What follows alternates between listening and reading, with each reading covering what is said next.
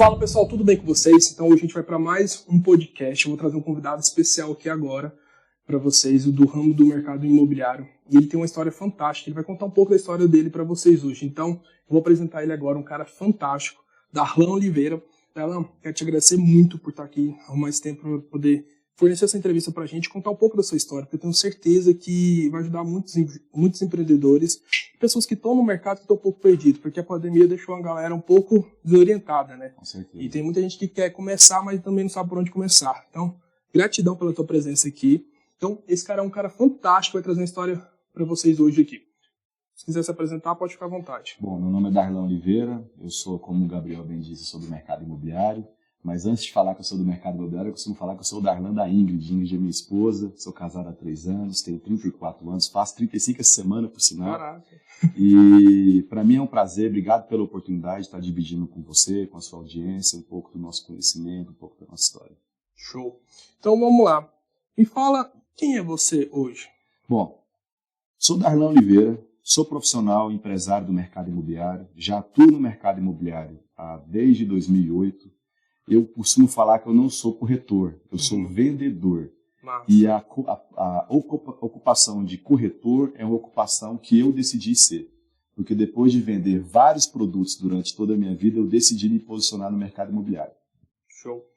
E hoje tudo é vendas, né? Eu vejo que muita gente fala assim, eu não vendo, mas se você for analisar, todo mundo está vendendo, tudo é venda, todo momento é uma venda, né? Então, além de você ser, por exemplo, corretor, trabalhar no mercado imobiliário, você é vendedor antes disso, porque você tem que vender. Show.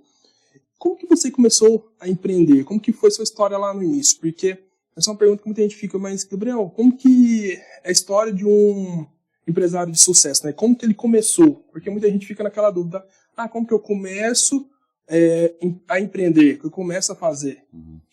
Gabriel, então, para mim, não teve um momento de início, né? Eu comecei desde muito pequeno. Eu me lembro, tem pessoas que perguntam, quando foi que comecei? Eu comecei a empreender com 6 anos. Caraca. Eu me lembro que eu nasci numa cidade muito pequena do estado do Tocantins, chamada Ananás, e na época eu morava na fazenda, na zona rural. E tinha essa cidade que era meu ponto de apoio, né? Era município, eu morava no município de Ananás. E com 6, 7 anos eu comecei a empreender como? Eu comecei a empreender capinando e roçando, rastelando o quintal da casa da minha avó, dos vizinhos. E na época, eu sempre acreditei naquela venda. A venda saudável para mim é aquela venda que você gera a necessidade de compra. Uhum. E eu comecei a perceber isso como? Quando eu chegava na casa da minha avó, eu estudava a parte da manhã e ficava o dia inteiro, a parte da tarde toda, com o meu tempo ocioso, eu estudando, para poder esperar meus pais me buscarem na cidade e poder voltar para minha casa na fazenda. E eu percebi que a casa da minha avó, interior, geralmente aqueles quintais grandes, né? E os vizinhos do lado, tudo tinha um quintal muito sujo. E aqueles pés de manga soltavam aquelas folhas. E o que eu fazia? Eu não perguntava se eu podia prestar o serviço. Eu pegava o rastelo, a enxada, pegava todos os equipamentos ali, limpava todos os quintais, os terreiros que a gente chamava. E aí depois eu ficava quietinho ali e deixava a pessoa perguntar quem tinha feito o serviço que ele não tinha pedido. Aí eles falavam, quem limpou foi o neto da dona Nália, foi ele que limpou. Aí a pessoa vinha, por que você limpou o meu terreiro? Eu falei, não, porque eu queria te ajudar de alguma forma, eu queria te servir de alguma forma, eu vi que estava sujo. Aí ele sempre pegava e me bonificava com 5, com 3, com 4. E ali eu comecei, mas sempre entregando para depois eu receber. Nunca fui receber ou cobrar para depois entregar. Então eu comecei muito cedo. Isso que ele está falando é um ponto muito importante, porque o que acontece? O que eu vejo no empreendedorismo hoje as pessoas elas querem começar ganhando. É muito comum na internet você ver que as pessoas elas já querem começar ganhando. Elas estão começando hoje, mas elas já querem começar ganhando rios de dinheiro, elas já querem começar com a fama grande, mas é uma estrutura, né? É um caminho que você vai construindo, uma jornada, né? Para você chegar ali. Então, e outra coisa, você vê, desde pequeno ele já tem uma mente empreendedora. Muita gente fala assim, mas eu quero empreender. Se você não tem a mente empreendedora, eu creio que dá para empreender também. E tudo se aprende. Mas é um perfil adaptativo, aí já é mais complicado. É complicado, mas ele desde pequenininho, por exemplo, eu também desde pequeno sempre empreendi. Com 14 anos eu fui no Ministério do Trabalho. Eu chamei minha mãe para o Ministério do Trabalho. Falei, mãe, vamos no Ministério do Trabalho, eu quero trabalhar. Porque naquele tempo ainda estava naquele negócio de jovem aprendiz, liberando, e estava naquele meio complicado ainda. E acabou que eu não consegui a liberação para trabalhar. E aí eu comecei a empreender. Minha avó tinha uma casa, 2 andares em cima, comecei a empreender em cima da casa dela. Com o computador, eu mais um amigo, desmontando e arrumando o computador ali, a gente começou o nosso primeiro negócio ali. Então, assim, quando você quer empreender, você dá um jeito. E o que te levou a empreender?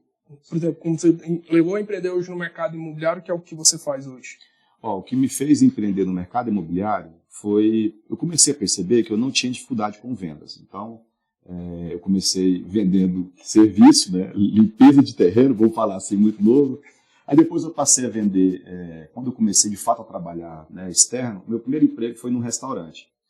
E quando eu comecei nesse restaurante, eu trabalhava numa salinha de 4 metros, 3 metros quadrados, e eu trabalhava na conferência de estoque. Foram 3 meses. E o proprietário do restaurante é muito amigo dele, e falei, olha amigo, não me leve a mal, mas eu preciso estar com pessoas, eu estou fechado e clausurado nesse espaço. E aí logo eu saí de lá e comecei a trabalhar vendendo roupa no shopping. Trabalhei um tempo na Coach, trabalhei, acho que na Calvin Klein também. Foram 2 passagens rápidas, mas eu percebi que eu tinha que vender muito, e era muito trabalho para pouco retorno. Aí eu peguei, poxa, eu preciso mudar o meu segmento de venda. Aí eu fui sempre escalando aí. Daí a pouco eu comecei a trabalhar com vendas de colchão magnético. Depois eu comecei a vender carro. Depois que eu saí do mercado de carro, eu comecei a entrar no mercado imobiliário. Foi em 2008, eu entrei para o mercado imobiliário porque eu comecei a perceber que eu dominava muito a arte de vender. Então, para eu poder faturar mais, eu tinha que começar a vender valores agregados mais altos. Então, eu entendi que o mercado imobiliário me traria essa oportunidade. Mas, e nisso tudo, você já viu que não ia dar certo, que esse negócio não era para você?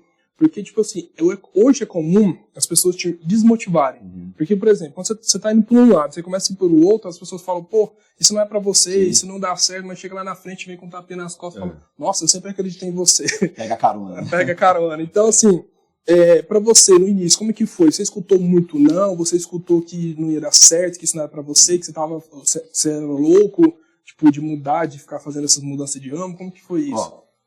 Para mim, eu nunca tive dificuldade, porque eu sempre fui muito bem resolvido comigo mesmo, sabe? Mas tiveram várias pessoas que falavam, principalmente a família. Geralmente, quem mais te persegue é quem está mais próximo, quem está mais próximo de você. Eu me recordo que tive algumas pessoas da minha família, alguns tios, que falaram, pô, mas você vai... Ixi, o Darlan agora virou corretor. Os filhos do José Wander e da Dona Osinete viraram corretor em Goiânia. Tadinho, gente, meu Deus. É porque a profissão corretor de imóveis, ela é vida, ninguém nasce, por exemplo. Você nunca vai ver um pai, né, exceto eu, que eu amo essa profissão, então eu vou incentivar os meus filhos a seguir minha carreira.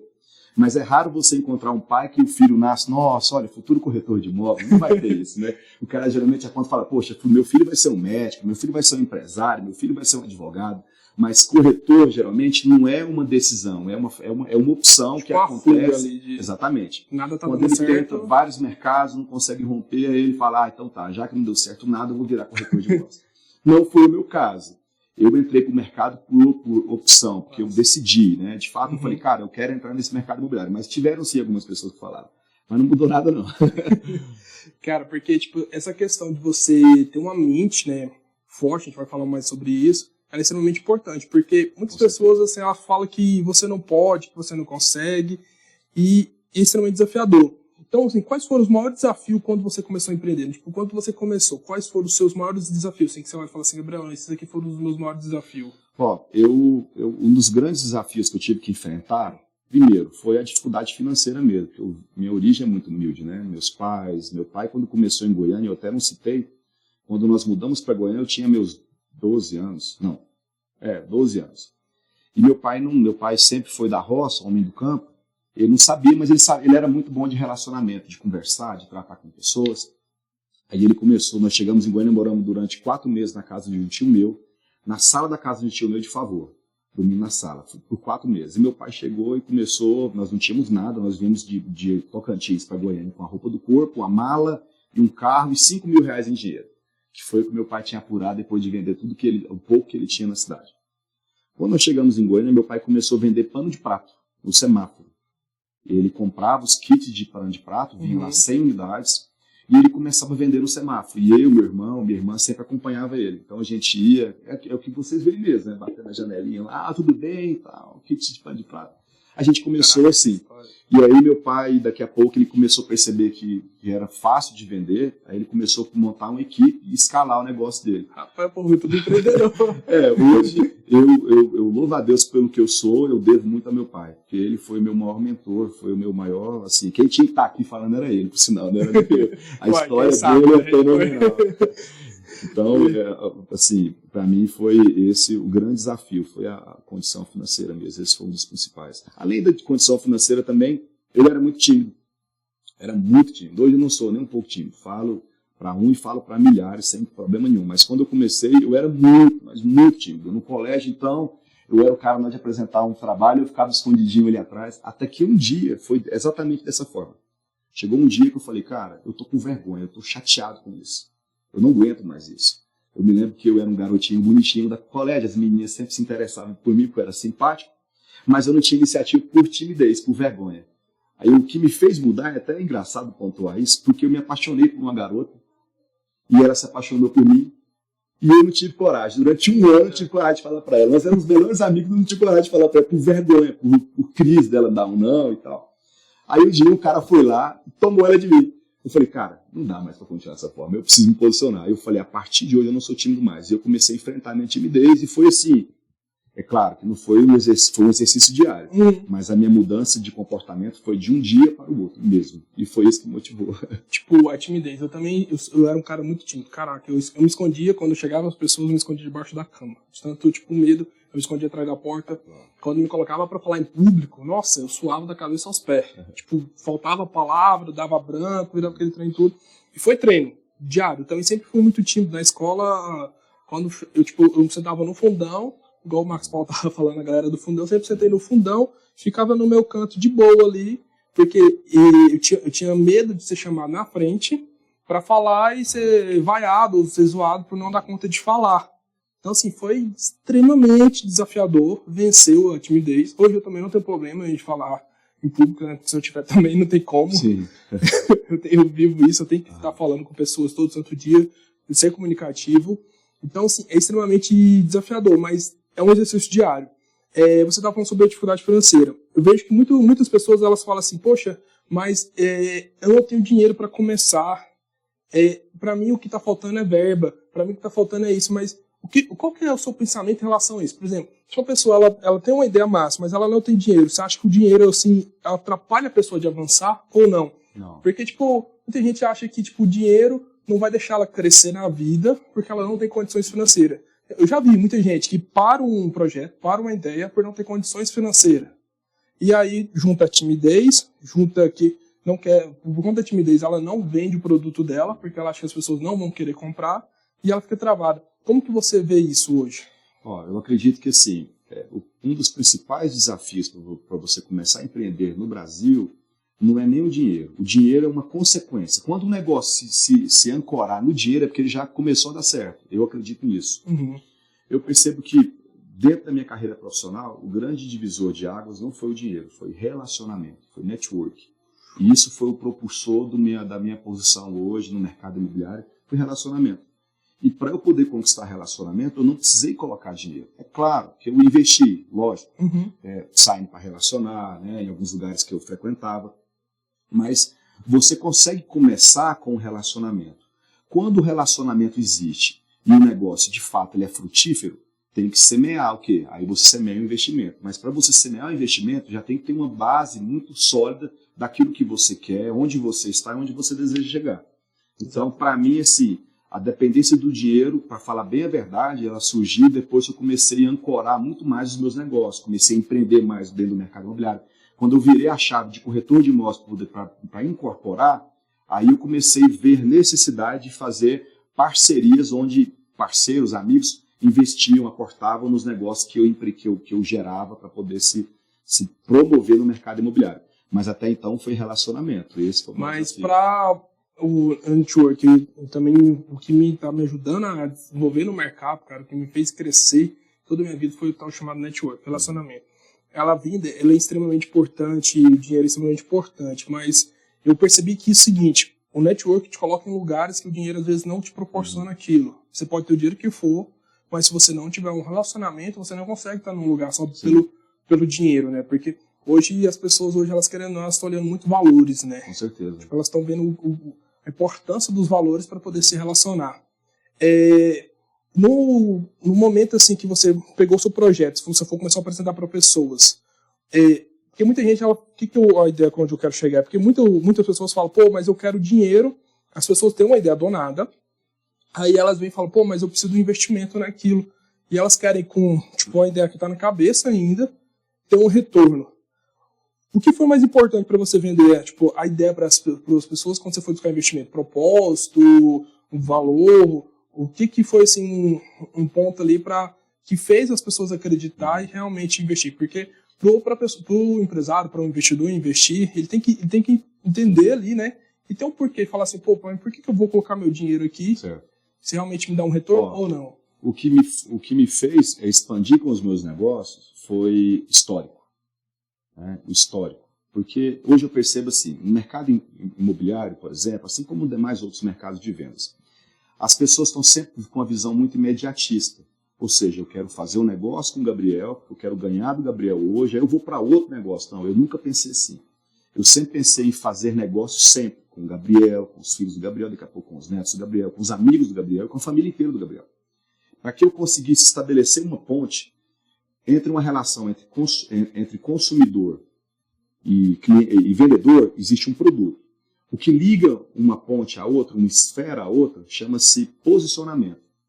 Então, quando você se posiciona em vender algo e acredita e o seu produto ele é validado, de fato, você não tem tanta dificuldade em manter isso. Às vezes, não é por falta de um bom produto, é por falta de adubar, de irrigar, de alimentar esse processo de venda. Porque, geralmente, a relação entre vendedor e cliente, ela se encerra no momento da venda. E para mim, na verdade, né? Entregou o apartamento, tchau. Tchau. Não, então, para mim, na verdade, encerra-se um ciclo e abre um novo ciclo. Eu costumo falar que existe um ciclo da venda, onde começa um processo de onde você aborda, é um método chamado 3A NFP, que é 3A, abordagem, agendamento e atendimento. NFP, negociação, fechamento e pós-venda. Quando existe esse ciclo, essa venda é uma venda infinita, ela nunca para de acontecer. Por quê? Quando você vai desde a abordagem ao pós-venda, gera novos negócios. Exatamente. E aí o processo de indicação que esse consumidor ele vai passar a fazer é algo natural. A gente, hoje, assim, graças a Deus, dentro do mercado imobiliário, já tem muito tempo que eu não preciso sair ofertando para novos clientes. E a gente faz bons negócios, por quê? Porque os negócios costumam vir atrás da gente, porque eu construí uma carreira, né? Pautado em sucesso, em credibilidade. Então o negócio torna-se uma recorrência. Mas, de fato, hoje, quando se tem relacionamento, depende de investimento? Sim. Para você escalar, depende de investimento. Mas o custo do dinheiro, quando se tem relacionamento, ele é muito mais baixo. Agora, quando você não tem relacionamento, o custo do dinheiro sobe muito. Porque aí você tem que pagar muito caro. Vamos falar assim, se você com relacionamento gastaria 1 milhão, com relacionamento, sem relacionamento você gasta 10, para poder chegar no mesmo nível de resultado. Eu vou dar um exemplo, a Rubio. Até agradecer a Silvana, que está patrocinando o canal. A gente tem o patrocínio da Silvana, porque estamos gravando aqui no Rubio Cerrado. O que proporcionou? Relacionamento. Relacionamento que a Silvana proporcionou o patrocínio no canal. Então, assim, se não fosse relacionamento... Então, se você colocar tudo na ponta, foi o que você está falando. Sem o relacionamento, as coisas não fluem como a gente espera. Exatamente. Então, pelo relacionamento, através da FAD, que é uma associação que eu faço, Jovens Empresários e Empreendedor, que os eventos é feito aqui, conheci a Silvana, que proporcionou o patrocínio ao canal do local para a gente poder estar gravando, igual a gente está gravando agora. Então, assim, a questão do relacionamento, tipo, ajuda bastante. Porque se você não... Por exemplo, se eu não tivesse não fosse um cara hoje, igual eu sou, de construir relacionamento, porque eu era um cara que, tipo, eu não falava com ninguém. Eu era tão tímido, mas tão tímido, que às vezes a oportunidade estava na minha porta e eu não conseguia. Por exemplo, nós estávamos lá no evento. Tipo, ali eu tive uma oportunidade. Se eu fosse um cara tímido, eu não ia chegar aí. Tipo, talvez eu não teria outra oportunidade. Isso aí é o que falta, né? Porque tem muitas pessoas que não conseguem enxergar isso aí. Quando a pessoa ela tem essa crise de identidade, essa insegurança, essa timidez, as oportunidades passam por ela, mas por insegurança, por necessidade de aprovação, ela não se posiciona para poder ir até a oportunidade. As pessoas costumam esperar que a oportunidade caia no colo. Ela não vai cair no seu colo. Ela vai passar na sua frente. Aí você vai lá e agarra nela. Então, quando você me abordou lá no evento do Marcos Paulo, por conta de network, mas eu não te conhecia. Mas você chegou e conversou e sem nenhuma crise eu falei, claro, vou topar sim, dividir minha história. Então, a oportunidade foi gerada e você teve a ousadia de ir atrás e fazê-lo. Então, não adianta somente ter a oportunidade se você não for ousado para poder absorver ela e executar. Eu conheço a Ingrid já, porque a gente já morou no mesmo prédio, a gente já fez curso junto. Falou. Então, assim, o que eu falei? Poxa, mas eu conheço a esposa dele, ele eu não conheço. Eu falei, o não já tenho, não custa nada ir lá e ser ousado e conversar com ele. E eu fui, cheguei nela e acabou conectando com você e consegui estar aqui. Mas o que? Teve uma atitude. Teve uma ação. Eu falar assim, então você pegando o gancho que você falou aí, do não eu já tenho. Eu costumo não usar esse drive. Eu não costumo usar esse lance de o não eu já tenho. Eu costumo falar assim, o sim eu vou ter. Entende? Ao invés de falar o não eu já tenho, eu já vou para uma abordagem já com um pensamento negativo de que se não der certo, eu não...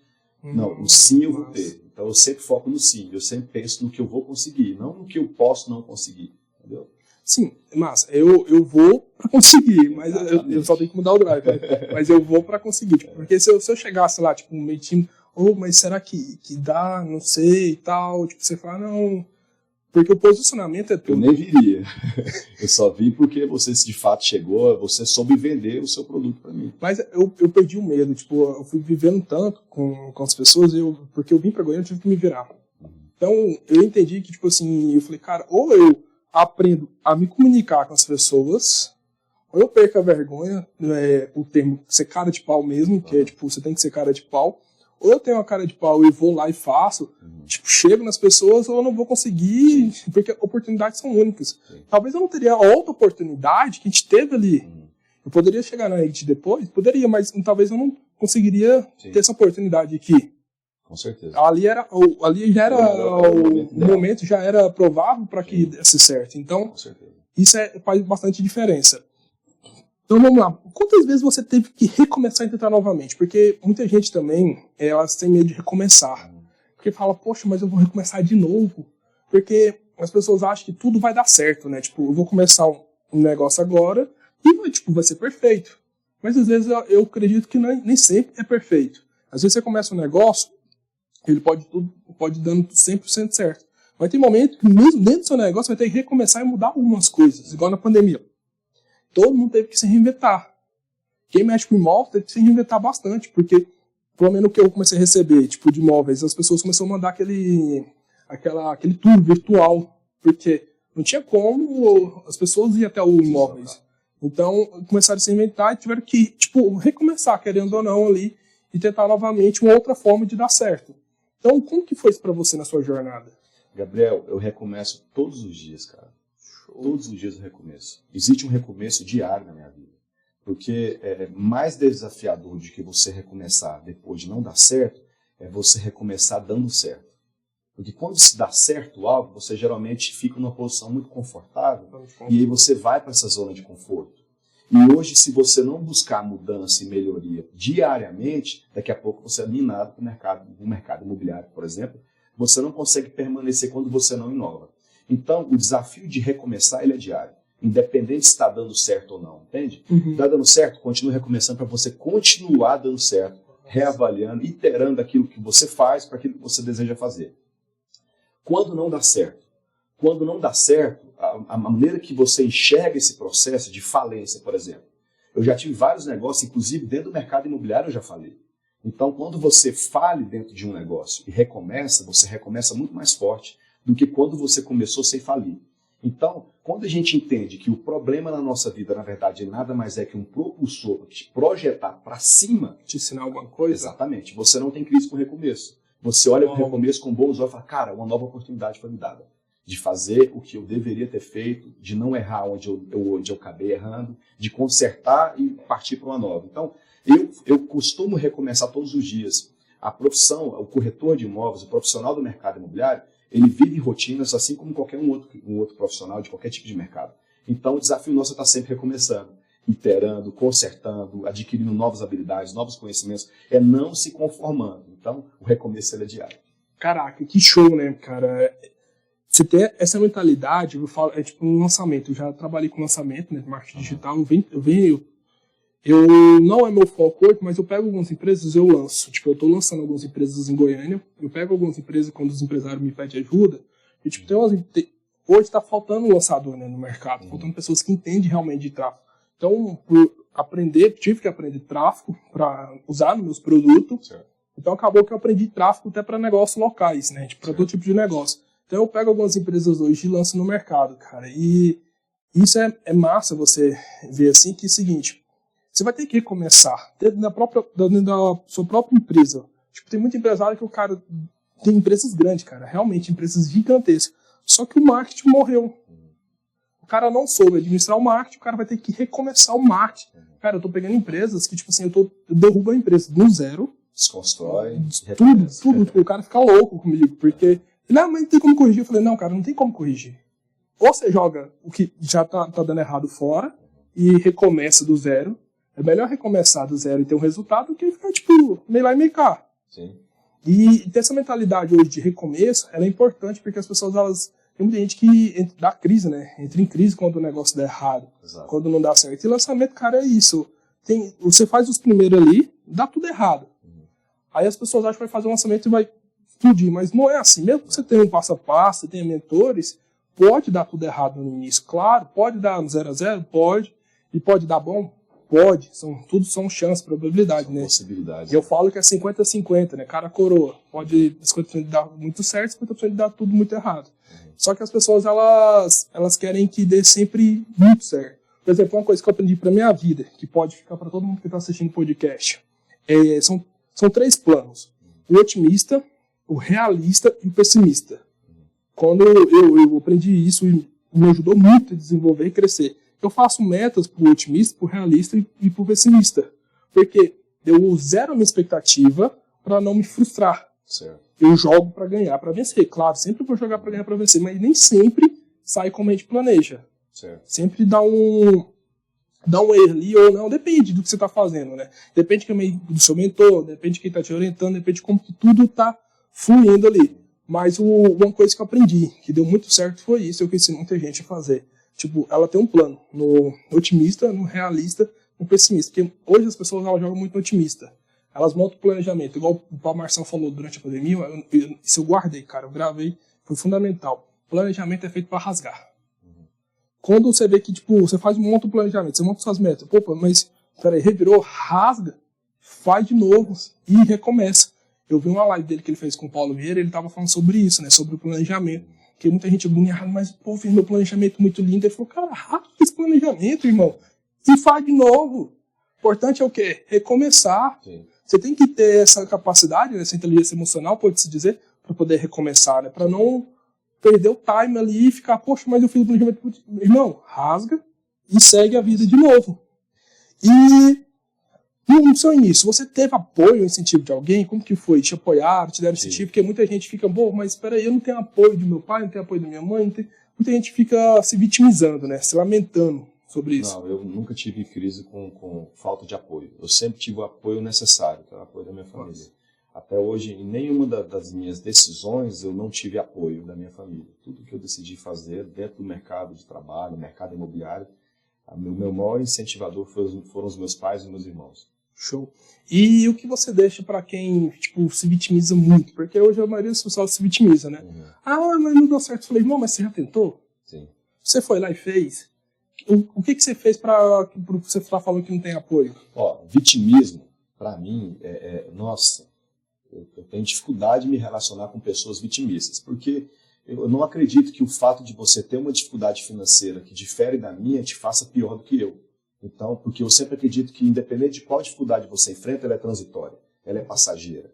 E assim, quando nós fomos gerados, quando nós nascemos com as mesmas dons e possibilidades de habilidades. Agora, o que acontece no meio do caminho é eu me conformar com as minhas, não querer crescê-la, ou eu falar, não, poxa, eu quero adquirir novos. Então, o vitimista, na verdade, ele sempre acha uma desculpa para poder fugir da consequência que ele está vivendo. Então, ele sempre cria um cenário que é ideal para ele se justificar a falta, o insucesso dele. Então, para o vitimista, o que eu deixo assim, muito claro dentro da minha estrutura de trabalho mesmo, quando eu percebo crise de vitimismo, eu vou lá e trato a identidade. Porque o vitimismo nada é falta de identidade. Quando o cara não sabe para que ele veio, quando ele não tem propósito de vida, aí ele se vitimiza. Ele se sabota, ele se vitimiza, ele sempre procrastina e coloca culpa ao invés de se autorresponsabilizar. Coloca a culpa, tipo, em todo... Cara, eu falo que assim, o divisor de águas para mim foi em 2018, quando eu entendi o que era autossustentabilidade. Eu culpava todo mundo. Tipo, eu me vitimizava muito, eu culpava todo mundo mesmo, literalmente. Eu era esse cara que você não gostava de se relacionar. Eu culpava todo mundo. Só que eu entendi o seguinte, eu falei, cara, a culpa não é de ninguém, eu tô no mundo. As escolhas, quem toma sou eu, não tem como eu colocar tipo, a responsabilidade de uma escolha, da decisão minha, nos outros. Não tem jeito. Tipo, peraí, eu tenho que só, sabe, ter sabedoria para tomar a decisão. Mas eu não posso culpar fulano, ciclano, porque eu tomei a decisão e deu errado. Eu tenho que entender que a decisão é responsabilidade minha. Cara, e quando eu entendi isso, minha vida mudou. Assim, eu percebo assim que a crise do vitimismo, ela é gerada e ela é adubada desde a nossa infância. A criança nasce e ela cresce se vitimizando porque até os próprios pais não conseguem desligar essa chave. Então a criança nasce. Ela, para poder receber o alimento, o leite materno, ela chora. Aí ela vem e chora, a mãe vai dar o peito, dar o afago, dar o carinho, ela vai crescendo. Daqui a pouco, passa-se alguns anos, essa criança começa a perceber que os pais, né, ela já não está dependendo tanto da atenção dos pais, ela já está desmamada.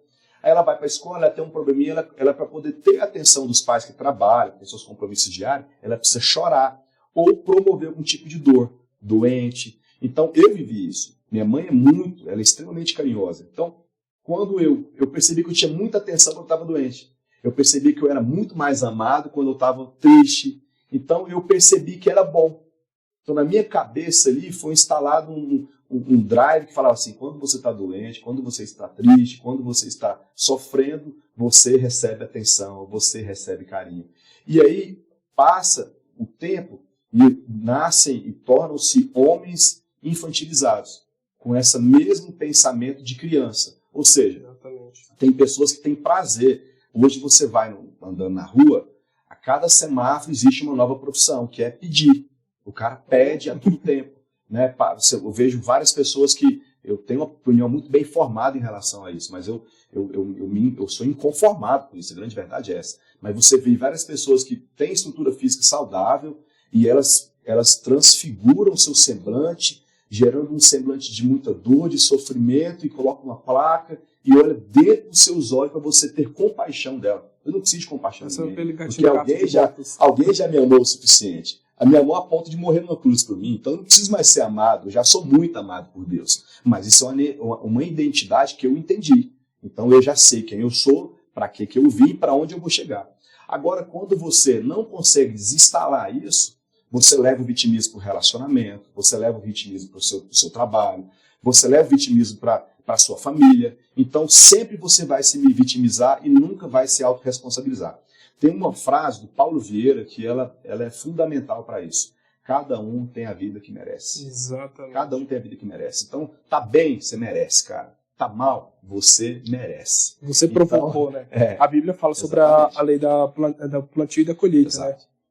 O que você plantar, você irá colher. Com certeza. Não tem a pessoa fala, pô, mas eu quero colher um negócio. Eu falei, cara, mas peraí, você plantou? Porque o momento que todo mundo está vivendo agora, que plantou em algum momento alguma coisa ali.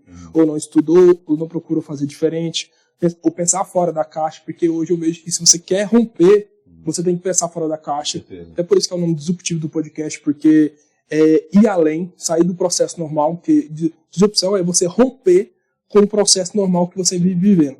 Porque não tem como você, ir além se você não romper, você não parar aquele ciclo, como você falou. Se eu não vencesse o vitimismo, eu não teria chegado onde eu estou hoje. Eu poderia estar lá me vitimando ainda, culpando meu pai, minha mãe, meu irmão, minha família, em todo em geral, o sol, a chuva, tudo. Porque o cara que é vitimista, ele culpa tudo. Tá chovendo, poxa, mas tá chovendo, logo hoje tá chovendo, tá fazendo sol, nossa, esse sol tá rachando.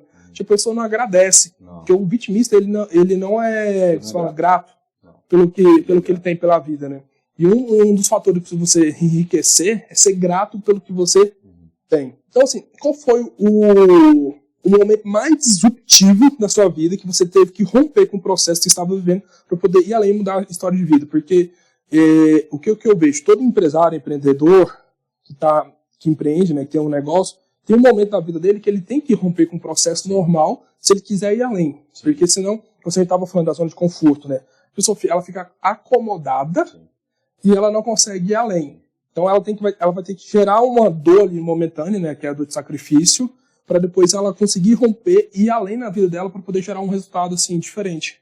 Bom, como eu bem disse, eu ingressei no mercado imobiliário em 2008. Né? E no mercado imobiliário eu comecei trabalhando na época, até então, era a maior companhia de vendas, era a maior intermediadora, né, imobiliária da América Latina, que era a Brasil Brokers. Na época nós éramos aproximadamente 27 mil corretores na América Latina. Caraca. Eu ingressei em 2008, atuei em 2008, 2009. Em 2010, eu fui o melhor corretor da companhia. Então, eu vendi muito. Eu fui o que mais vendeu pela companhia, unidade tropical, que era a unidade do Centro-Oeste.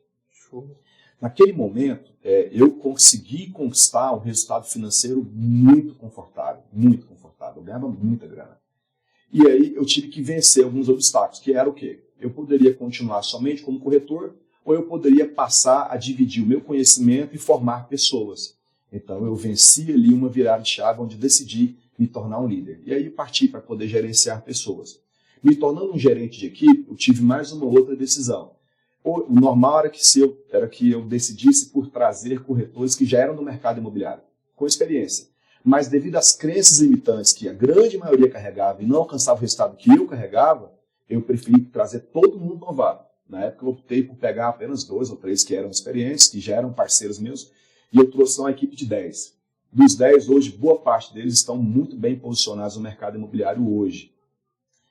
Venci esse obstáculo. Depois eu virei uma outra chave, que foi assumir a diretoria por um período no estado do Mato Grosso, e uma grande chave que eu virei, mas não foi a maior, foi quando eu decidi empreender para mim. Foi quando eu saí da Brasil Brokers no final de 2011 para criar minha própria imobiliária, que na época era Imobai Imobiliária. Então ali foi uma grande virada de chave. Porque ou eu continuava muito confortável, ganhando ali meus 80, 100 pau por mês, tranquilo, ou eu falava assim, cara, não é pelo dinheiro. Existe um legado que eu preciso explorar ele. Eu tenho um chamado, eu tenho um propósito na minha vida. E o processo de cumprimento desse propósito, existia um caminho onde eu passava pela Brasil Brokers, mas esse caminho já se encerrou.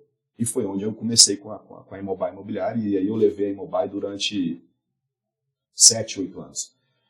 Agora, a maior chave que eu virei na minha vida foi quando eu deixei de tão somente intermediar negócio e passei a criar negócio. Foi quando eu decidi deixar de ser apenas um corretor de imóveis e passar a me tornar um incorporador imobiliário. Essa foi a principal e a mais difícil chave que eu virei. Por quê? Eu tive que deixar uma zona muito confortável. Hoje, para um corretor de imóveis, ele não tem tanto compromisso com custo operacional. Ele não tem tanto investimento em si. Claro, eu sempre investi muito na minha postura, na minha aparência física, enfim, nos meus relacionamentos, mas eu nunca investia na construção e na edificação de negócios. Então, quando eu decidi incorporar, eu tive que frear um negócio que dava muito certo e começar a depositar o meu tempo, que trazia muito dinheiro, num negócio que eu ia começar do zero. E no mercado imobiliário, aqui no Brasil, existe um desafio muito grande de se empreender, porque tudo é muito lento e moroso. Então, o processo de retorno, o ciclo de retorno financeiro, ele é muito lento. Tem projetos que demandam 2, 3 anos para começar a ser comercializado. É tempo de aprovação. Então, tudo isso aqui, acontece que boa parte dos corretores, eu imagino, que tem interesse de começar a empreender para si, mas quando vem as dificuldades do tempo, da morosidade, do formato, eles acabam desistindo. Eu passei perto de desistir. Então, no final de 2000, no comecinho de 2019, eu falei, cara, a partir de hoje eu vou virar essa chave. Eu vou dar vida para a Brasil Business, que é uma empresa que eu tinha desde 2014. Eu tinha essa empresa desde 2014 e eu nunca lancei nada nela, no mercado imobiliário. Por quê? Porque quando eu começava a postergar e doar meu tempo para a BBI, para a incorporadora, era muito lento o retorno. Aí eu preferia abortar e voltar para o retorno imediato.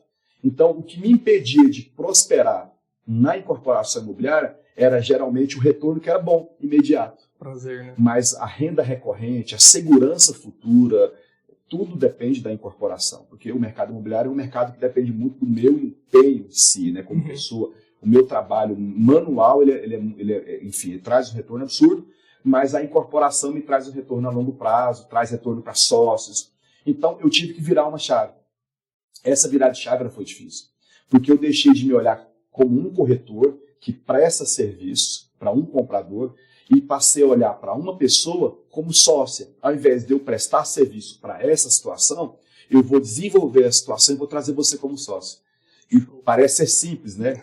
Mas para quem está no mercado imobiliário como corretor, é um desafio imenso. Então, essa virada de chave foi muito difícil para mim, porque eu tive que me abster do meu tempo, que era focado na venda, que a venda me traria o retorno imediato, e começar a focar num mercado que era o ciclo de retorno, era médio e longo prazo.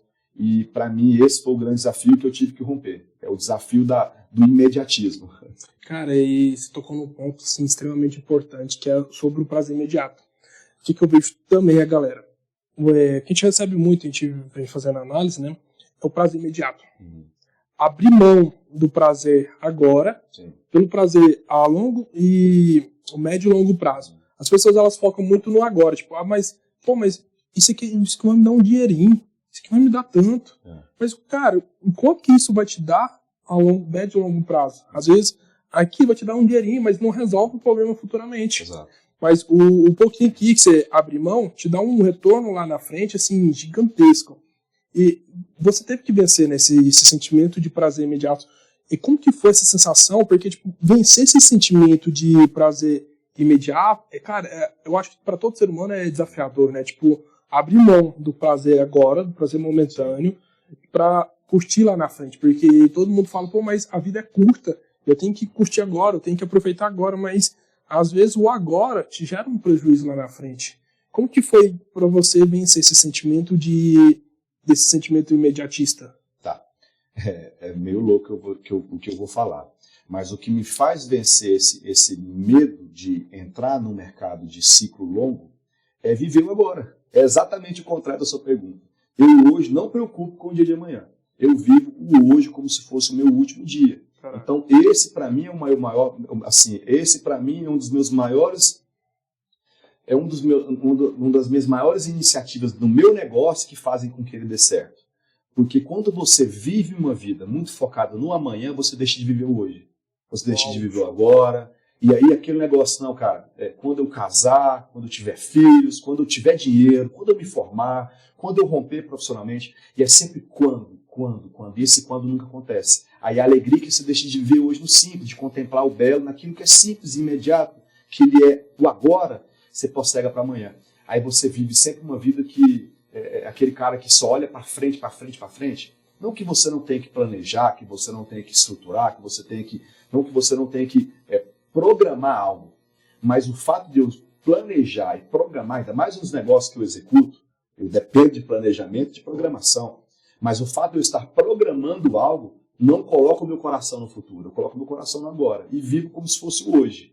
Entende? Como se fosse o meu último dia mesmo. Eu costumo falar para minha equipe, cara, atenda seu cliente como se fosse o último cliente da sua vida.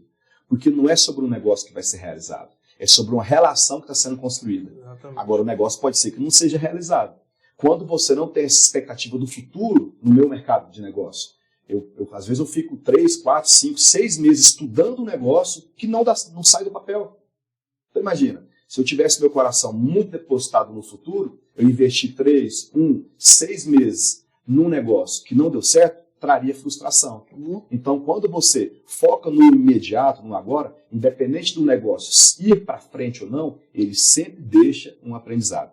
Eu tenho um sócio que ele fala um negócio que é muito interessante, o Marçal. Você nunca perde, você ganha, você aprende. E quando eu entendi isso, minha vida mudou. E eu comecei sempre a extrair das minhas perdas alguns ganhos. Então, quando não dá certo um negócio, eu sempre me reavalio. Por que não deu certo? O que eu posso fazer para poder melhorar? Não deu certo o negócio, mas o que ficou na minha relação? Como é que vai ficar isso aqui? Né? Qual que é o meu crescimento? Então, esse foco no imediato, porque a Bíblia diz que o passado foi jogado no mar do esquecimento. O futuro pertence a Deus. E que cabe a gente? Agora. Então, por que eu vou colocar meu coração no amanhã se ele nem pertence para mim? Então, o meu maior desafio é empreender negócios sem ter que me preocupar com amanhã e viver o agora. É louco, né? Se eu falar isso para um sócio que vai pôr a grana num negócio meu, parece meio... O cara fala, pô, esse cara é meio louco. Mas essa é a verdade. Não, mas faz total sentido. Porque quem vive muito focado no futuro, fica com ansiedade e gera crise. Deixa de viver o agora. E quem fica focado muito no passado, entra em depressão. Passado, assim, passado é uma biblioteca. Quem me falou isso foi o Paulo Vieira. Ele falou, Darlan, passado é uma biblioteca na sua vida. Você vai lá, estou precisando de um conhecimento na área sentimental, emocional. Vou dar uma lida no meu passado emocional e buscar o que foram os conhecimentos que eu adquiri no meu passado. Passado é biblioteca, entendeu? Futuro não pertence a mim. Então, vou focar no hoje, no agora, nesse segundo que acabou de passar. Esse é meu foco, é no meu dia de hoje, não no que vai acontecer amanhã. Massa demais. Cara, isso é extremamente importante, porque muita gente, elas, tipo, pô, mas e o amanhã? Cara, assim, eu vivi muito focado no futuro, só que eu aprendi a zerar a expectativa das coisas. O Marcelo que fala muito sobre isso, né? Tipo, eu zerei a expectativa. Antes eu ia pros negócios com a expectativa, me falava, pô, o trem vai ser... Eu me frustrava, aí tirava aquele sentimento tóxico, aquele sentimento de culpa, aquele sentimento de frustração, ia procrastinava e as coisas não fluíam. Depois que eu comecei a zerar a expectativa, falar, pô, mas peraí, eu monto o planejamento, que até a próxima pergunta é, se você faz planejamento do seu negócio, assim, o quão tem sido importante. Hoje eu monto planejamento, mas tá aqui meu planejamento, eu quero chegar aqui. Eu sei onde eu quero chegar, por exemplo, com um podcast, com tudo, eu sei onde eu quero chegar, eu sei onde eu quero estar. Mas, beleza, tá ali, tá planejado, tá organizado, tem um foco, tem a minha visão, sei onde eu vou chegar com isso aqui tudo. Porque tem um propósito, eu não tô fazendo isso aqui por ser mais um podcast. Eu tenho um propósito de seguir até o que tá no material que você leu. A gente tem um propósito. Mas o que acontece? Eu tenho que viver o agora. Eu sei onde eu quero ir, mas eu vivo agora com propósito e faço valer a pena cada momento, porque amanhã eu vou colher os frutos. Porque se na minha opinião, né, se eu ficar muito na expectativa de futuro, eu deixo de viver o agora e não faço nada.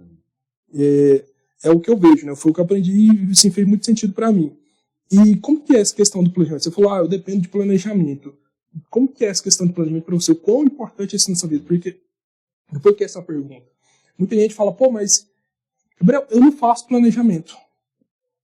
Muita gente, elas não vivem, né? Elas apenas existem um dia após o outro. Tipo, a vida não tem um sentido em si, né? Tipo, a vida, ela não tem gosto, né? Não tem sabor. Porque, tipo, a pessoa não tem um planejamento. A gente tá falando assim, mas você tem que ver eu agora, tal, tudo, mas eu acredito que você tem que ter um planejamento, uma estrutura ali pra você saber onde você vai. Existe uma frase que é muito certa e eu trago pra minha vida, eu levo pra minha vida. Para quem não sabe onde quer chegar, qualquer lugar já é paz e amor, é tudo certo, é tranquilo. Então, geralmente, para quem não tem um objetivo e um propósito de vida, ele é um cara acomodado. Qualquer lugar está tudo certo. E o fato de você se acomodar te deixa de impedir um propósito. Então, o planejamento, para mim, é um caminho, é uma rota. E eu nunca tenho só uma rota. Eu sempre traço 3, 4 rotas para todo negócio que eu entro. Então, existe uma rota que me leva de um ponto A a um ponto B, que é uma reta.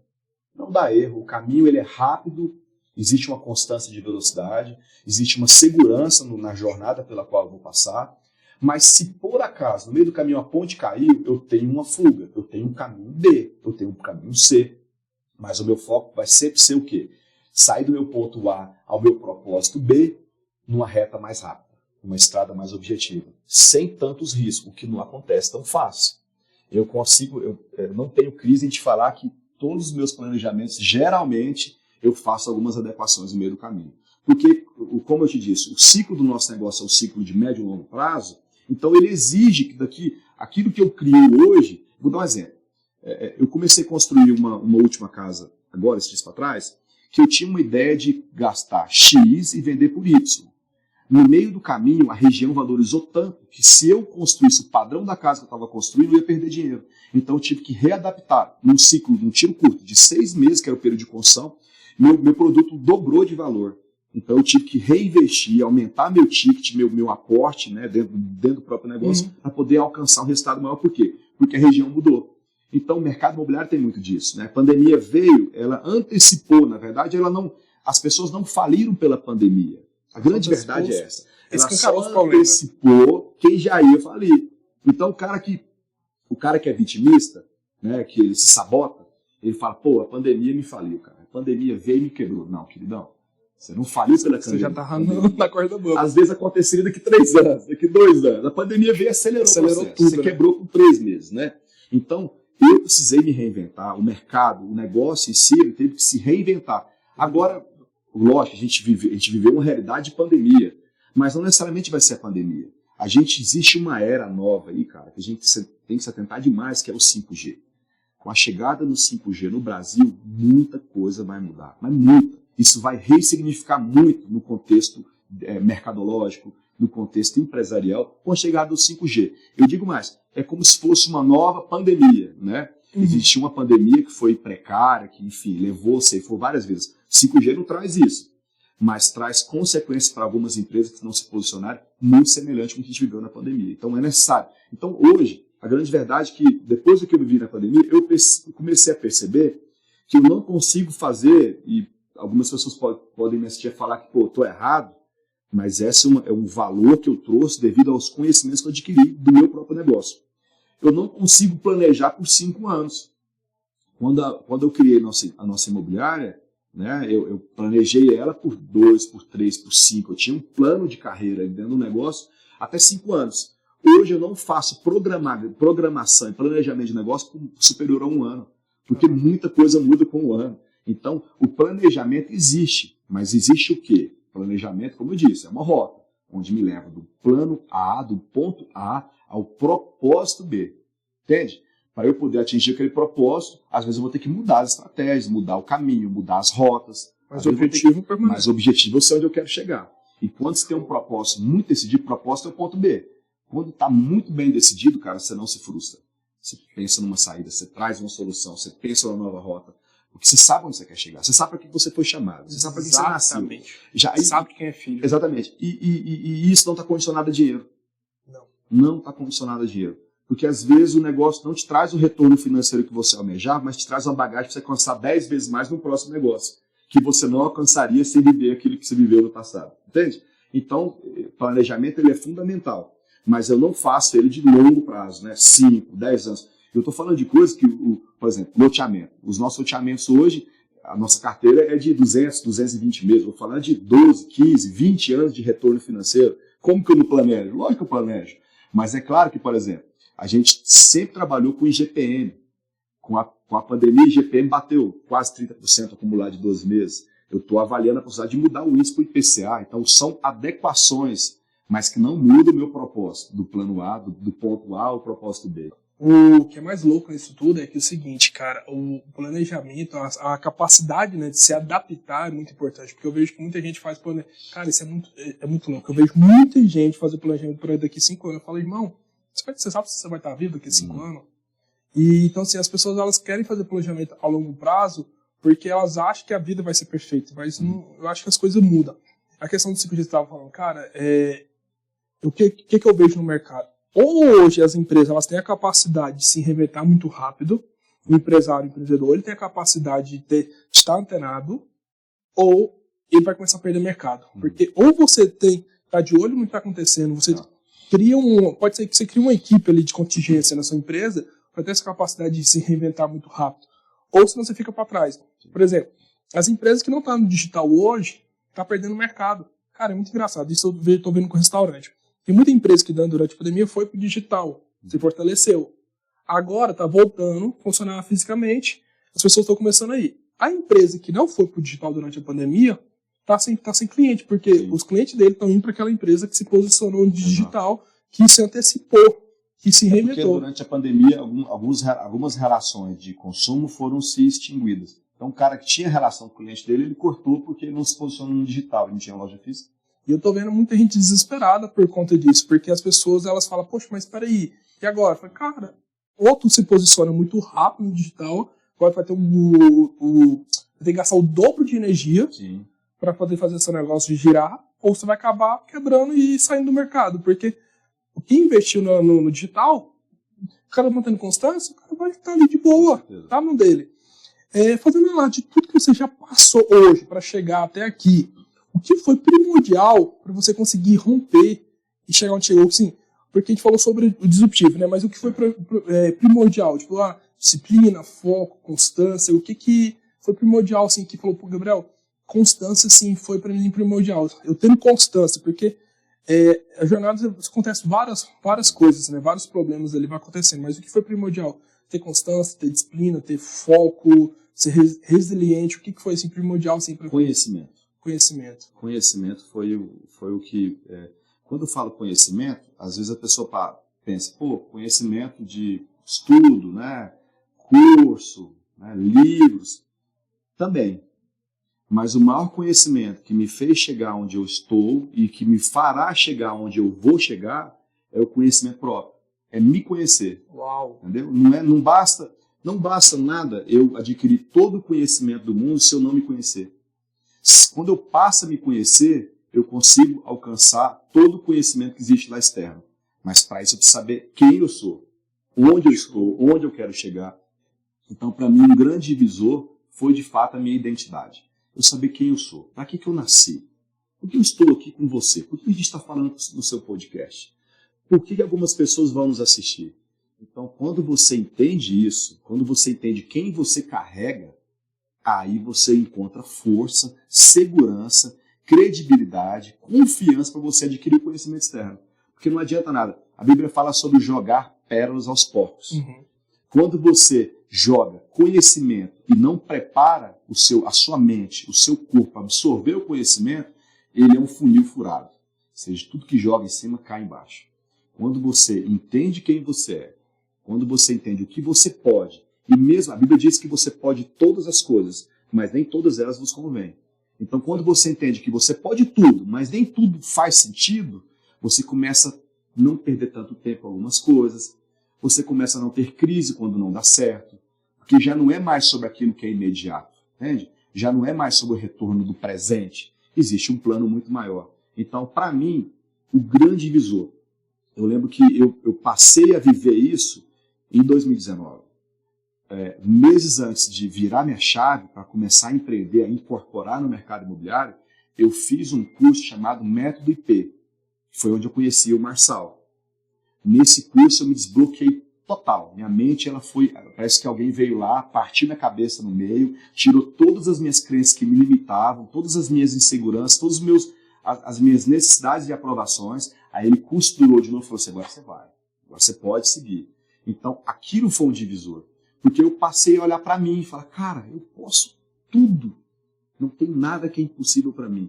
Mas se tudo, de fato, faz sentido, Exatamente. Aí as coisas começaram a se encaixar melhor. Então, conhecimento, essa é a palavra que tem me levado, que vai me levar adiante. Essa questão do propósito, né? Porque por que nasceu o podcast disruptivo? Pelo propósito de mostrar o empreendedorismo de verdade para as pessoas, mostrar que não é algo perfeito. Uhum. Porque as pessoas, elas criam uma ilusão que ela vai começar um negócio hoje, amanhã o negócio vai estar explodido. Só que aí elas se frustram e muita gente entra em crise de desespero. Cara, eu cansei de ver isso, porque as pessoas falam, mas esse negócio é top, tal, tudo vai.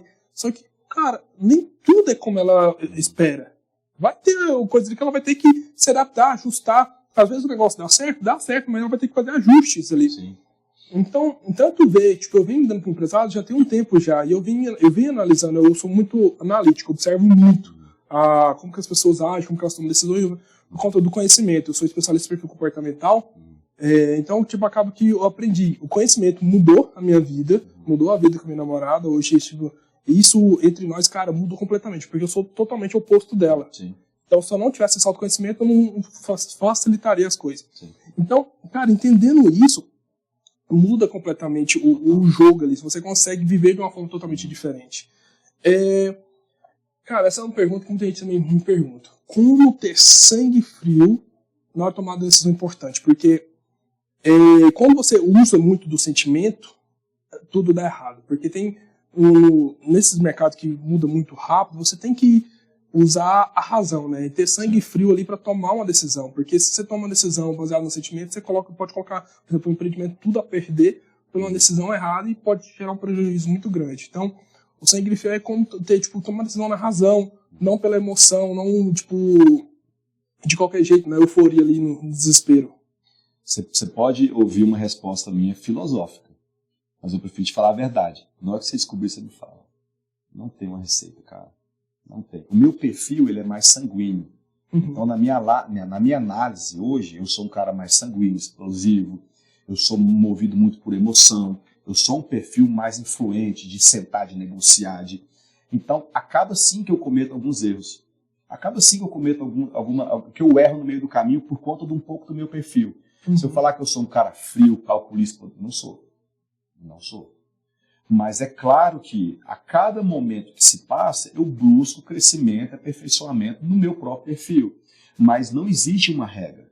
Vão ter negócios que as pessoas vão fazer, movido à emoção, que vão dar certo. Eu já fiz vários negócios movidos à base da emoção que deram certo. Mas vão ter vários outros negócios movidos à base da emoção, do imediato, da ânsia, que vão dar errado. Não é sobre aquilo que vai dar certo ou não, é como eu reajo. Esse é o desafio. Não basta dar certo se eu não tiver uma boa reação. E eu dependo da minha reação quando der errado. Entende? Não tem uma receita. É claro que eu busco sempre... Existem algumas técnicas, por exemplo. Quando eu vou entrar numa negociação... Eu fiz uma negociação, dou um exemplo rápido. Eu fiz uma negociação muito grande com o Sírio-Libanês em São Paulo, em 2012. E eu comecei a negociar por e-mail.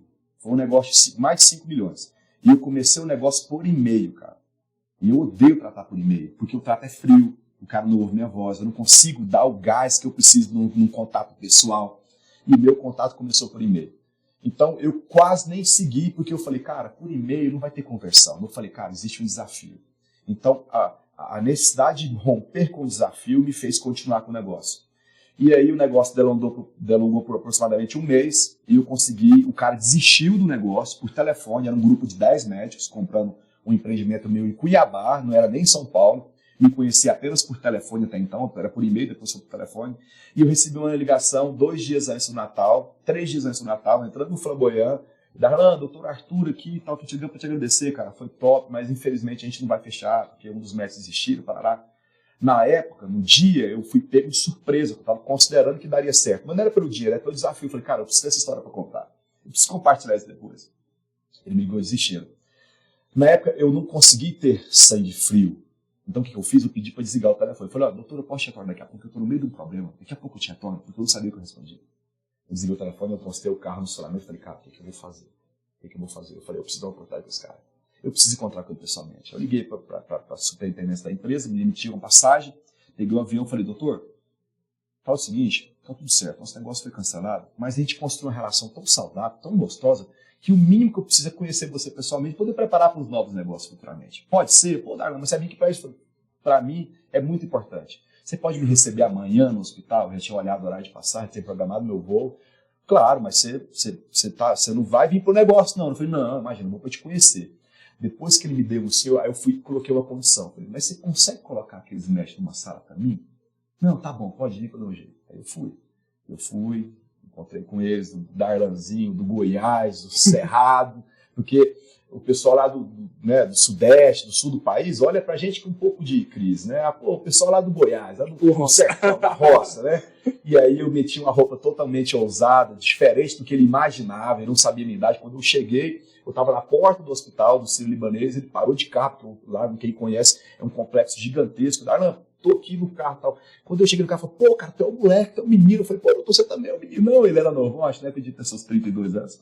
Então, quando eu entrei para uma sala para negociar com 10 médicos, 9 médicos, tinha um senhor barbado, uns 60 anos, que ele olhava com cara de... Eu falei, cara, não vou comprar. Mas aí eu tive que usar algumas técnicas, né? Então, eu me alongo sempre, respiro muito fundo e eu mantenho o meu foco. E isso me traz muito mais segurança na hora de compartilhar aquilo que eu preciso compartilhar e me traz mais calma na minha respiração, no meu gesticular, no meu falar. Então, essas são algumas das técnicas que eu uso. E eu usei e deu certo. Fechei o negócio. Uau, saí de lá e tal. Não foi o maior negócio. Eu já fiz negócio muito maior. Mas foi um grande negócio pelo desafio. O desafio que me moveu. Entendeu? Então, eu uso essas técnicas. Né? Mas, se eu falar a verdade para você, eu não sei a receita. Não existe uma receita pronta. Eu estou aprendendo ela diariamente. Fazendo alguns... Dá certo, tem hora que dá muito errado. Mas eu não deixo de tentar, não. Mas aí é igual você falou, né? Tipo, é pegar um aprendizado. Exato. Pô, peraí, essa decisão foi tomada assim, deu errado. Mas se eu tivesse tomado assim, às vezes, poderia ser diferente. Então, sim, facilita muito.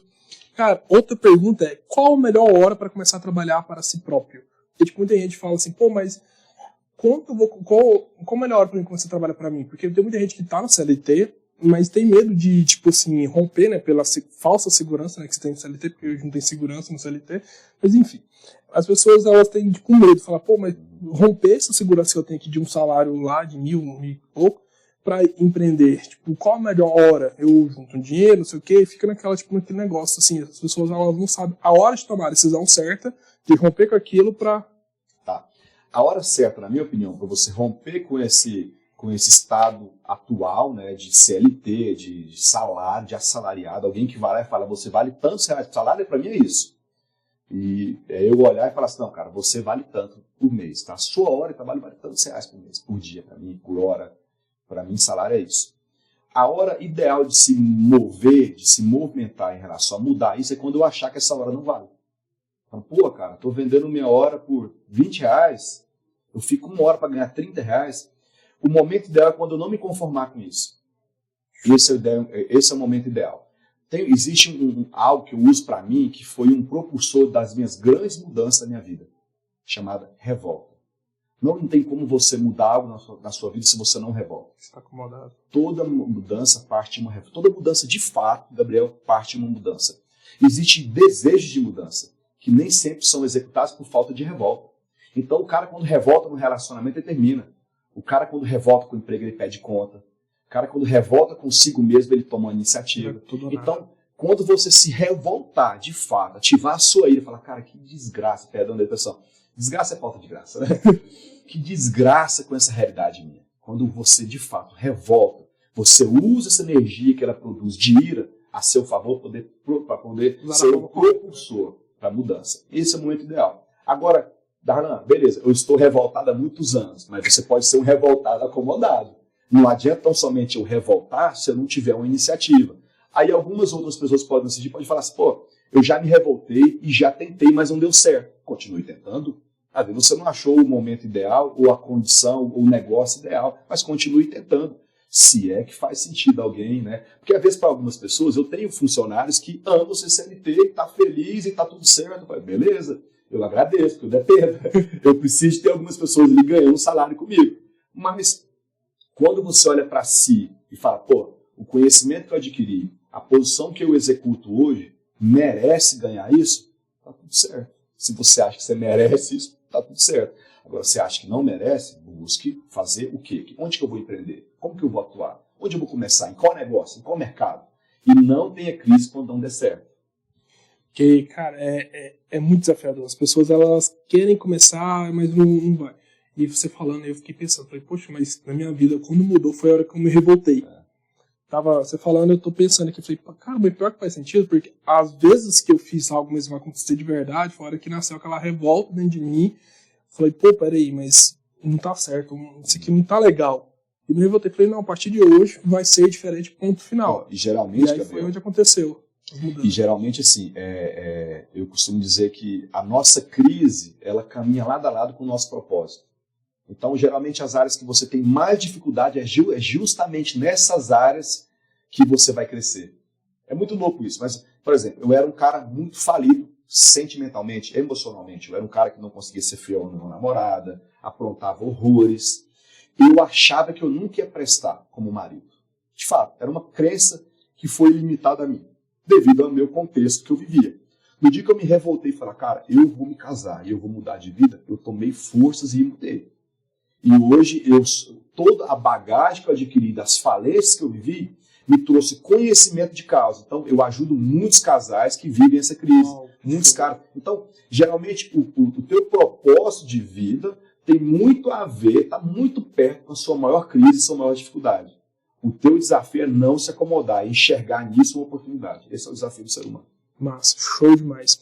Cara, e qual era e está sendo a sua rotina desde quando você começou até hoje? Porque esse é um ponto também que muita gente pergunta. Fala, pô, mas banho de 5 horas, banho gelado, acordar 5 horas, fazer isso, aquilo. E muita gente fica um pouco perdido. Porque, tipo, existem várias informações hoje, várias pessoas falam que uma forma dá certo, outra forma dá certo.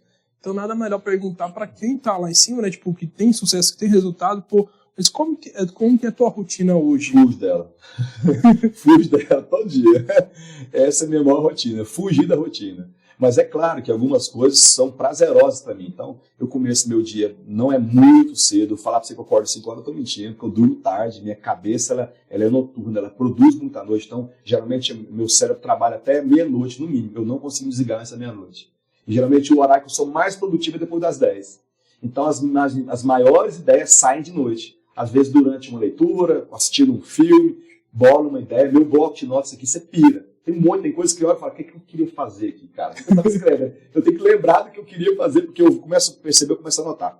Então, mas é claro que existe, não diria uma rotina, mas é um hábito que eu tenho de começar minha manhã lendo a Bíblia, né? Eu sempre tomo café com a minha esposa.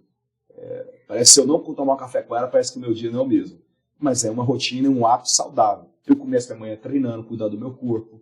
Então, são algumas rotinas que eu só mantenho no começo da manhã. No decorrer do dia não tem rotina, cara. Não tem. E eu adoro encaixar algumas coisas para quebrar minha rotina. Tipo, tô viajando amanhã para quebrar minha rotina. No meio, né? Pô, eu não gosto de ficar limitado a um negócio rotineiro. Odeio isso. Perfil. Eu que entendo de perfil comportamental. Tem um influentíssimo, altíssimo aí, que odeia rotina. Cara, tipo, eu sofro para manter rotina. Nossa, misericórdia. Eu consigo ter algumas coisas pela manhã, mas, tipo, hoje eu aprendi a ter horário com a agenda, mas, assim, é extremamente desafiador para mim também, tipo, ter rotina. Tipo, quando, por exemplo, o dia bagunça o horário, pra mim tudo certo, eu vou me reinventando, porque, tipo, pra mim é desafiador demais manter uma rotina. Tem uma mentalidade de abundância forte e importante no processo, porque é o seguinte, eu falo que existe a mentalidade de abundância e a mentalidade de escassez. O que é a mentalidade de abundância? É a mentalidade aberta, só pra quem tá assistindo entender, né? Tipo, ouvindo. Tem a mentalidade de abundância e tem a mentalidade aberta, né? Está aberto para novas coisas. A mentalidade de escassez é que, tipo, a pessoa, ela vê que ela sempre está perdendo algo, ela não ajuda o outro porque ela acha que ela vai perder, ela é escassa ali na mentalidade dela. Então, o quão é importante ter a mentalidade de abundância forte para viver essa jornada? Total. Digo assim, que se você não conseguir ressignificar isso na sua mente, você não consegue prosperar, cara. Não consegue. É claro que assim, eu tenho tentado, falo tinha, mas eu continuo tendo, tá? Eu luto contra isso. Mas eu, por exemplo, todo negócio que eu vou fechar, quando eu estou consumindo um produto, eu sempre gosto de negociar. E às vezes é bobagem isso. É bobagem. Mas é uma crença que eu tenho tentado me livrar dela. Que às vezes eu deixo de olhar o valor e foco no preço. Então, o negócio é 1.000, quero pagar 900, o meu negócio é à vista. Então, sabe, essa crença de querer sempre estar barganhando, negociando, ela existe por eu ser negociador. Eu sou um cara de negócios. Então, mas isso é muito ruim. Então, estou te confessando algo que eu preciso até tratar. Tenho lutado diariamente. Mas, de fato, você manter uma mente que pensa sempre na abundância, existe uma abundância real. Né? Não adianta você querer pensar, não é que você não vai pensar fora da caixa. O grande desafio é você pensar fora da caixa e encontrar os caminhos que te levam a esses pensamentos. Porque tem pessoas que sonham, aí você olha a atual circunstância dele e o que ele faz para poder alcançar, você fala, cara, você não vai conseguir. E a vontade de te falar, meu irmão, tá fora da realidade, esquece, você não vai conseguir. E não vai mesmo. Por quê? Sonha tão fora da caixa a ponto de nem encontrar conexão com o sonho com a realidade. E às vezes o fato de eu não encontrar conexão me aponta um caminho. Certo? Poxa, por exemplo, se eu tiver o sonho de ter um jato, né? Eu quero ter um jato, eu preciso do jato, eu dependo desse avião. É necessário ter esse avião ou é só uma vaidade do meu ego? Por ter e mostrar que eu tenho. Beleza, não é uma necessidade, eu faço negócio no Brasil inteiro, eu preciso ter uma aeronave. Ok. O trabalho que eu executo, as vendas que eu tenho, me geram possibilidades, mesmo que escalando meu negócio, a conquistar a esse ativo, ter essa possibilidade de ter esse ativo? Não faz sentido. Então, troca seu sonho, cara. Pensa fora da caixa, mas pensa em outra realidade que faça sentido e seja necessária. Mente abundante, para mim, é isso. É eu sonhar algo que, de fato, é palpável. Mesmo que o sonho esteja distante. Eu falo, pô, cara, tá longe, mas depende só do tempo. Existe um caminho que vai me chegar lá. Agora, quando você olhar para o seu sonho e falar assim, meu irmão, não faz sentido nenhum. Eu tô num negócio completamente desconectado, cuidado com esse sonho. Às vezes você está pensando, às vezes não é pensamento abundante, é pensamento impossível, sabe? É pensamento que não tem conexão e sentido para você. Ou pelo ego, né, também. Exato. Mas às vezes, assim, também a pessoa tem um sonho, muita gente cria uma realidade, assim, muito fora da curva, mas a pergunta que eu faço, beleza. Uma pergunta que eu faço muito é assim, o seguinte, A pessoa quer ser milionária. Eu falo, cara, tu já chegou para um milionário e perguntou como que é a vida de um milionário? Você quer ter, por exemplo, um carro, um Ferrari, mas, cara, você perguntou já para um cara que tem uma Ferrari, como ele fez para ter uma Ferrari, qual é o custo para manter aquela Ferrari? Porque muita gente, monta um sonho, mas ela não sabe o processo, ela quer ter um negócio. Não sabe o porquê. Adianta você falar, eu quero ser um milionário. Ser um milionário para quê? Por quê? E como que é? E para quê? Né? Por que quer ter tanto dinheiro? Eu falo, eu tenho uma paixão com carros, né? Eu já tive, assim, eu não tive Ferrari, mas Lamborghini, mas, cara, tive muito bons carros. E por incrível que pareça, pode ser idiota que eu vou falar, mas quando eu comprei um carro uma vez, que é uma CLS 63 AMG e tal, nossa, o carro assim eu usei esse carro 1 ano e meio. Para mim era um objetivo de vir ter aquele carro específico. Um dia, 5 anos antes, eu andei num carro de um amigo meu que era um carro como esse e falei, cara, um dia eu vou ter esse carro igual ao seu. Então eu tinha aquela meta, aquele objetivo. E eu falei, eu vou trabalhar para conquistar. Conquistei. Usei ela durante 1 ano e meio. Primeiro mês, cara, era coisa de louco. Eu entrava no carro, o carro massageava minhas costas, aquecia, esfriava. Era 557 cavalos de potência, V8 biturbo, o barulho do carro. A cada start-stop ali, eu me encantava com o ruído do carro.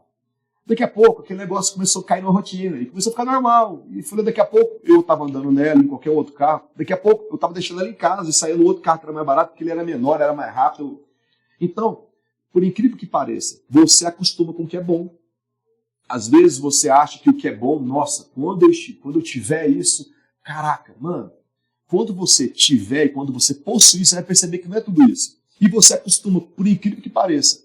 O cara que tem uma aeronave, um jato, que mora num apartamento em Miami, ele acostuma com isso. Daqui a pouco, o prazer que ele encontra morando naquele apartamento de frente para o mar, em Miami Beach, é o mesmo que você encontra morando aqui, Parque Amazonas, parecido de Goiânia. De verdade. O carro importado, ele não faz sentido por muito tempo, aquele prazer. Nossa, uau! Você mata aquela vontade, depois ele se iguala. Eu costumo usar um exemplo até meio chulo. É igual uma mulher bonita, cara. Você começa a namorar, quando você começou a namorar sua namorada, você, meu Deus, ela é perfeita e tal. Daqui a pouco, não é que ela deixe de ser perfeita, você acostuma com isso. Você acostuma, ela tá do seu lado todo dia. Você continua achando ela bonita, mas você não fica aquele negócio, meu Deus, como antes. Por quê? Porque hoje já tá do seu lado. Você convive todos os dias, você tá saindo todos os dias com ela. Então isso costuma acontecer também no mercado, né? Vamos falar assim, em aquisições. Você acostuma com o que é bom, cara. Daqui a pouco o que é bom torna-se normal. E a nossa mente sempre vai buscar querer outro, né? E a gente sempre vai buscar querer subir a carreira e subir o degrau. E é desnecessário, cara. Não é sobre o que eu vou conquistar, é para que eu vou conquistar. Por que eu tenho que conquistar? Faz sentido, não faz? Se não fizer sentido, não é propósito. Entende? A gente falou sobre tomar decisões, né? Mas saber controlar suas emoções é importante para ter sucesso, saber administrar isso? Total. É um pré-requisito, na verdade. Não tem como você ter sucesso se você não controlar suas emoções, porque tudo gira em torno delas. Show. Se você não construir uma mente sarada, convicta daquilo que você quer, daquilo que você vai chegar, irmão, as emoções vão te atrapalhar. Porque nem todos os dias vão dar certo. Eu arrisco dizer que vai mais dar errado do que dar certo. Vai dar muito mais errado do que dar certo. Mas quando dá certo, meu irmão, anula, né, desconstrói tudo que deu de errado. E para se conquistar o certo, depende do erro. A gente fala assim que o sábio é aquele que, né, adquire o conhecimento com o erro do próximo. Né? A pessoa erra, eu aprendi. Cara, mas não é que eu estou desconstruindo isso, não. Mas tem coisas que não adianta se falar, tem que se viver. Tem que estar na passar. Claro que você minimizar o impacto dos erros é primordial. Hoje eu faço estudo todos os dias, né, do meu negócio, onde eu vou cortar. Como que eu faço isso? Modelando os outros negócios que dão certo. Quando eu modelo e eu confiro e percebo que existem algumas coisas que eu posso mudar no meu negócio para não dar erro, eu aplico. Mas isso não impede de viver o erro. Tem gente que fala assim, qual que é o segredo do meu negócio? Qual que é o segredo do seu negócio? Não é o fato do negócio em si, é quem está por trás dele. Eu tenho uma empresa que é chamada Flat for You. Essa empresa é uma empresa muito rentável hoje para os investidores que acompanham ela. Ela trabalha com rentabilidade, imóvel de locação, compactos de luxo.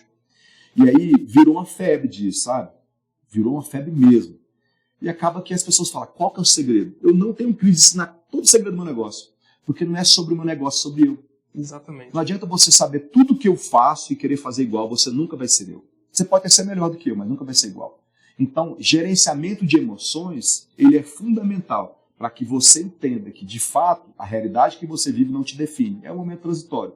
Inclusive o sucesso. Ninguém vive de sucesso o tempo inteiro. Não é só sobre ganhar o tempo inteiro. É sobre ganhar e saber perder. No mercado de negócio, existe uma crise muito grande em saber perder. Mas é necessário aprender a perder.